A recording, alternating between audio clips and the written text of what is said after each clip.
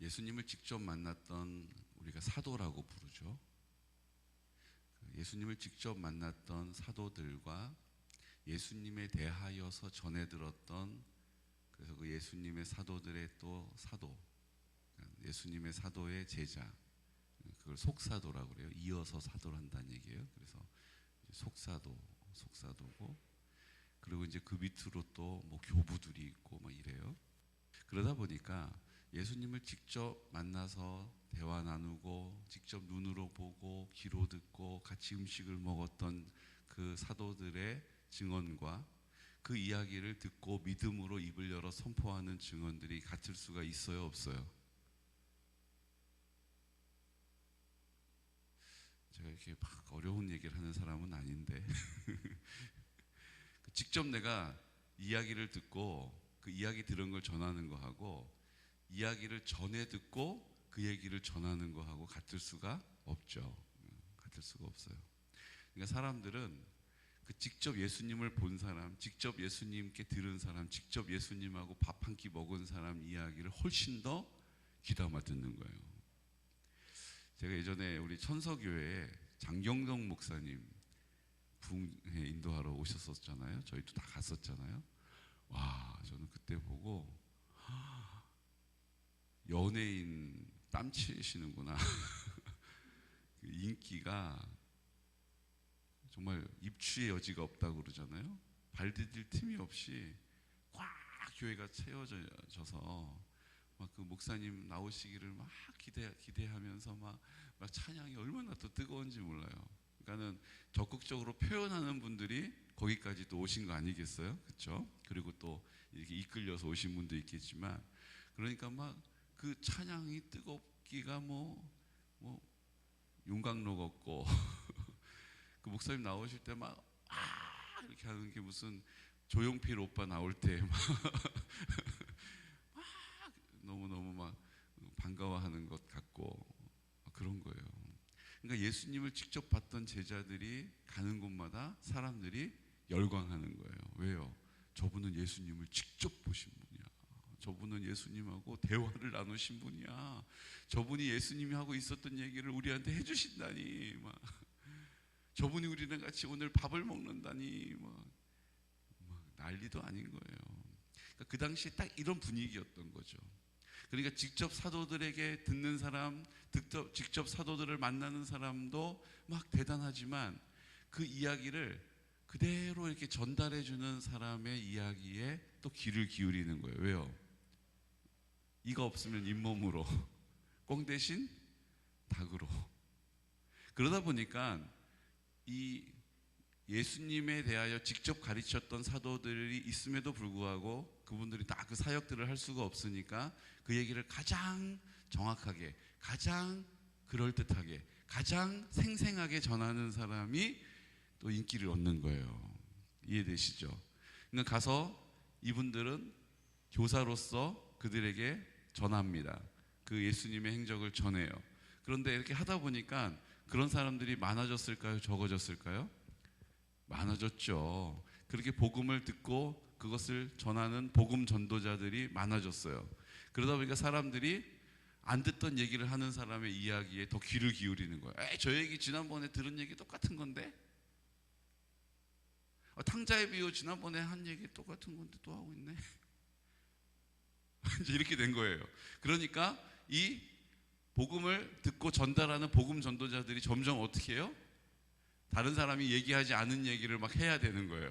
그래야 저분만 하는 얘기를, 야, 저거 재밌네. 저 새로운 얘기네. 여기에 넘어가 버린 거예요. 오직 복음을 전하면 되는데, 오직 예수님의 선포만을 전달하면 되는데, 그렇게 하니까 사람들 반응이 안 나오는 거예요. 그렇게 하지 않으면 사람들이 예전에는 막 집에서 잠자고 가라고 그러고 먹을 것도 주고 끝나고 나서 교통비 하시라고 두둑하게 뭘 좀 이렇게 주기도 하고 막 이랬었는데, 그냥 맨날 같은 걸 전하다 보니까 사람들이 반응이 신통치가 않은 거예요. 이해가 되시죠? 그러니까 예수님의 복음이 아닌, 예수님이 하신 말씀이 아닌 다른 언저리의 이야기들을 막 갖다 붙여가지고 그럴듯하게 막 얘기를 하는 거예요. 사람들이 또 막 열광을 하죠.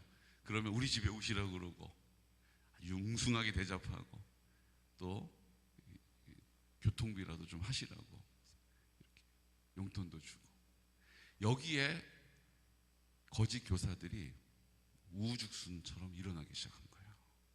그러니까 그들이 막 온통 아시아를 다니면서 마케도니아를 다니면서 유럽을 다니면서 저쪽 이집트를 다니면서 온통 내가 하는 말이 있는데 말이죠. 들어보시겠어요? 예수님이 이거는 아무도 지금까지 몰랐던 얘기를 지금부터 하려고 하는데 뭐 이러면서 이제 사람들을 막 어떻게 해요? 그 눈을 빼앗고 귀를 빼앗고 마음을 빼앗아 버리는 거예요. 이게 이제 거짓 교사들, 이단들이 생겨나는 배경인 거예요. 그러니까 아까 우리 요한 2서의 말씀에 보면 뭐라고 그래요?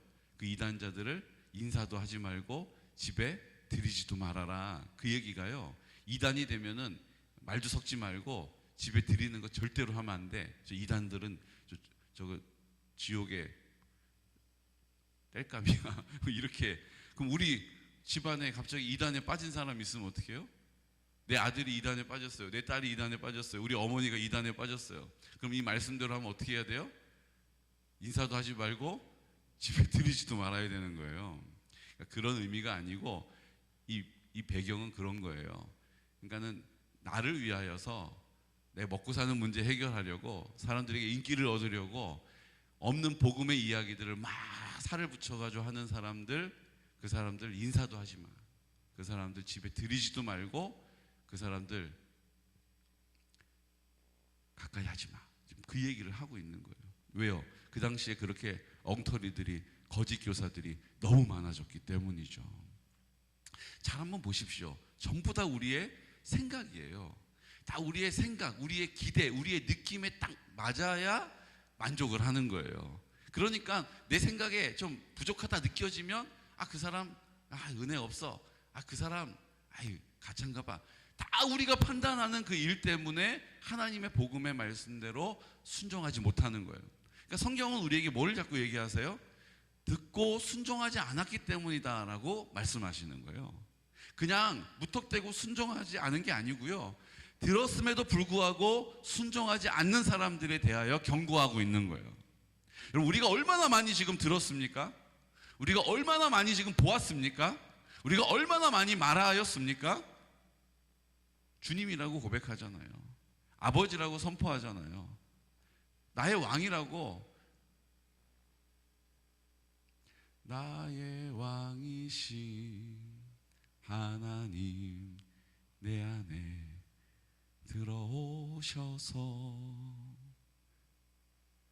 날 만드시고 생명 주시니 나 주를 찬양합니다. 적어도 예배 한 번도 안 빠진 분이면 1년에 52번은 이 고백을 하잖아요. 그런데 우리 입으로는 그렇게 인정하고 고백하지만 우리의 삶은 내 길을 간다라는 거예요. 그게 지금 이단자들이라는 얘기예요. 나도 주님 보시기에 이단자일 수 있다라는 거예요. 여러분, 무슨 이단자가 저기 뭐 신천지고 뭐 저기 하나님의 교회고 안산홍이고 뭐 이만이고 이단이, 여러분들이 제가 교주가 될 수가 있어요. 내 생각에 골몰해서 그 원통함을 풀지 않고 내 완고한 마음을 그냥 부여잡고 버티고 있는 거, 그거 이단이고 그게 교주예요. 나 신천지 안 넘어가면 되지. 안 넘어가면 뭐해요? 신천지만 안 갔다 뿐이지 신천지보다 더한 이단이 이 안에 있을 수 있다라는 거예요.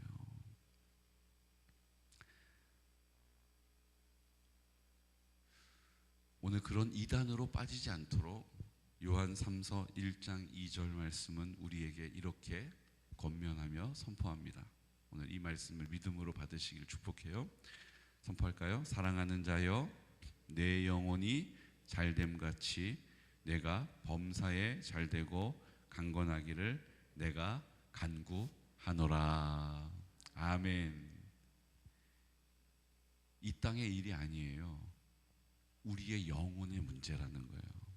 여러분, 우리가 하나님 말씀을 들은 대로 순종하는 것은요, 내 영혼의 문제가 해결되는 거예요. 내 영혼의 갈급함이 해결되는 거예요. 하나님의 은혜를 거저 입었음에도 불구하고 그걸 마치 내가 당연히 누릴 수 있는 것인 마냥 생각하면서 그냥 자기 중심적으로 바라보고 내 귀로 듣고 이해하고 느낌대로 판단하고 결정하는 인생들. 그래서 여전히 교회는 나오지만 내 마음에 두려움이 있어요. 여전히 예배는 드리지만 내 안에 염려가 떠나지가 않아요. 내 안에 판단하는 마음이 늘 우리를 좌우로 흔들고 휩쓸려요. 그게 교주예요. 주님이 내 안에 온전히 주인 되시면 주님 중심으로 사는 것입니다. 주님이 우리의 중심을 잡아주시는 거예요. 오뚜기처럼 흔들릴 때도 있을 수 있죠. 우리가 육신의 몸을 입고 있으니까, 우리의 생각으로 살 수밖에 없으니까. 그런데 주님이 온전히 그 중심에 계실 때 그 중심이 어떻게 해요? 우리를 바로 세워주시는 거예요. 그 중심이 말씀인 거예요. 그 말씀을 입을 열어 선포하고 고백하는 것이 기도인 것입니다. 그래서 그 말씀과 기도로 우리가 그 중심을 잡게 되는 거예요. 그러니까 말씀이 없이는, 그 말씀을 붙잡는 기도가 없이는 우리가 중심을 잡을 수가 없어요. 그래서 이리로 저리로 어떻게 돼요? 좌로 우로 흔들리고 그러다가 뽑혀서 떠내려가는 거예요. 여러분, 반석 위에 굳게 서시기를 축복합니다. 반석 위에 굳게 서야 돼요. 그래서 우리에게 뭐라고 이야기합니까? 어떻게 그러면 거짓 선지자, 거짓 교사들을 분별할 수 있습니까? 분별을 해야 되잖아요. 요한이서에서는 그들 들이지 마, 말도 섞지 마, 인사도 하지 마. 그들은 악한 자들이고 하나님을 뭐 하는 거예요? 조롱하는 자들이다. 그리고 이제 요한 3서에 뭐라고 얘기합니까? 그들을 어떻게 분별할 수 있는지를 가르쳐 주시는 거예요. 7절 말씀 우리 함께 볼까요? 7절 말씀. 이는 그들이 주의 이름을 위하여 나가서 이방인에게 아무것도 받지 아니함이라. 그러므로 우리가 이 같은 자들을 영접하는 것이 마땅하니 이는 우리로 진리를 위하여 함께 일하는 자가 되게 하려 함이라. 아멘. 그 구분할 수 있는 기준이 뭐예요? 주의 이름을 위하여 하는 사람은 참된 교사다, 그 얘기예요. 그가 하는 일의 결국을 보니 주의 이름이 높아져요? 그러면 그 사람이 참 교사라는 거예요. 그가 하는 일을 쭉 들어보니, 결국을 들어보니 자기가 높아지는 거예요.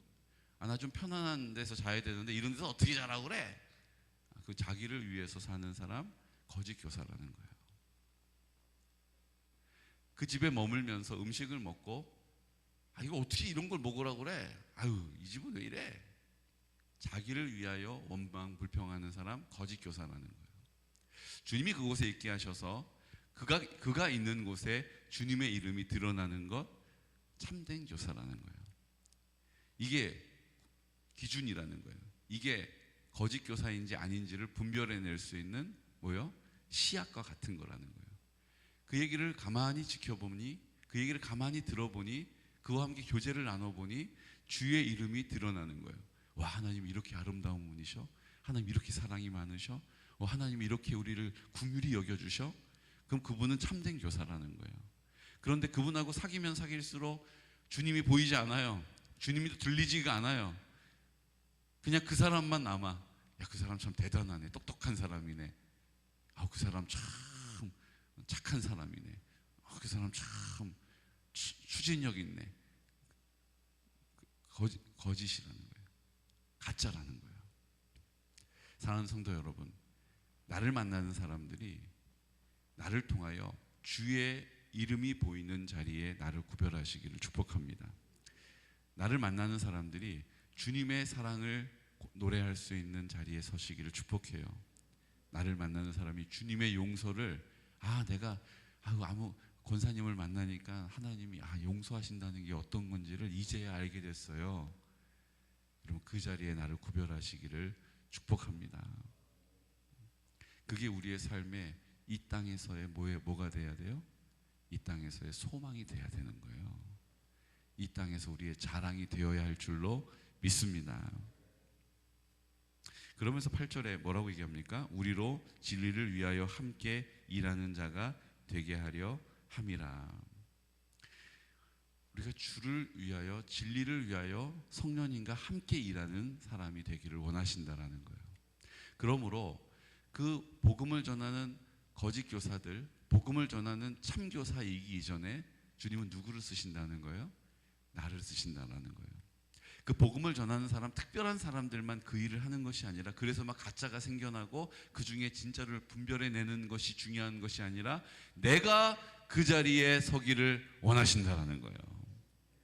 성령님이 우리 안에서 나를 통하여 그 복음을 선포하고 복음을 증언하는 자리에 서기를 원하신다라는 거예요.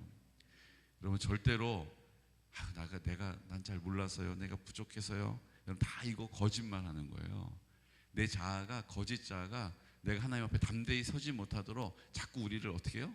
막아서고 장애물을 내 앞에 막 쌓아두는 거예요. 여러분, 그때 예수의 이름으로 돌파하시기를 축복합니다. 그래, 난 약해.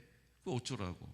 주님이 내 안에 계시고 주님이 강하시니 나는 주의 뜻대로 살리라. 나는 주의 영광을 나타내리라. 주님이 나를 통하여 나타나리라. 그 뜻 이루실 줄로 믿는다. 여러분, 이 담대한 고백이 있으시기를 예수 그리스도 이름으로 축복합니다. 우리 공동체를 하나님께서 가족과 같은 공동체로 삼아주셨어요. 이 가족과 같은 공동체라는 의미는요, 다른 말로 운명 공동체예요. 운명 공동체. 가족은 같이 하잖아요. 같이 가잖아요. 그곳에 함께 하잖아요. 여러분, 이번에 우영민 집사 중환자실에 갔을 때도 직계가족 아니면 아예 들어가지도 못하게 해요. 가족이기 때문에 그 자격을 얻게 되는 거예요.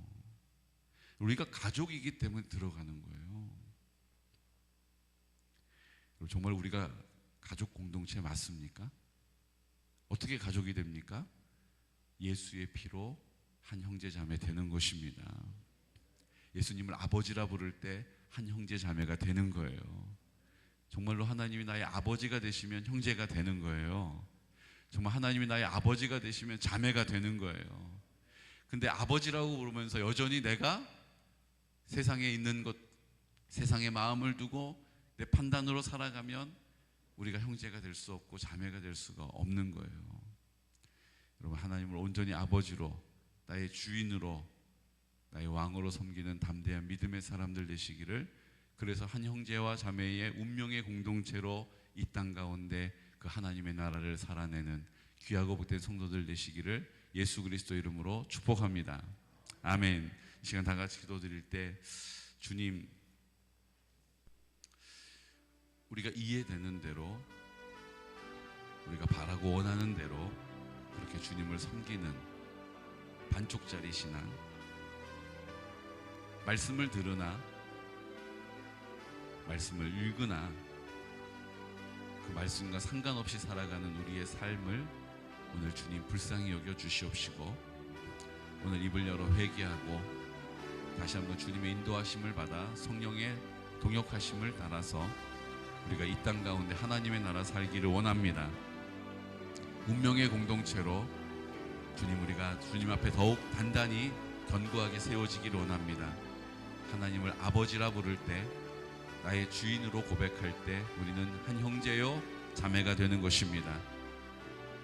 내 마음을 다하여, 목숨을 다하여, 뜻을 다하여, 힘을 다하여 주 여호와를 사랑하듯 내 이웃을 내 마음을 다하여, 목숨을 다하여, 힘을 다하여, 뜻을 다하여 사랑할 수 있도록 성령님 도와주십시오.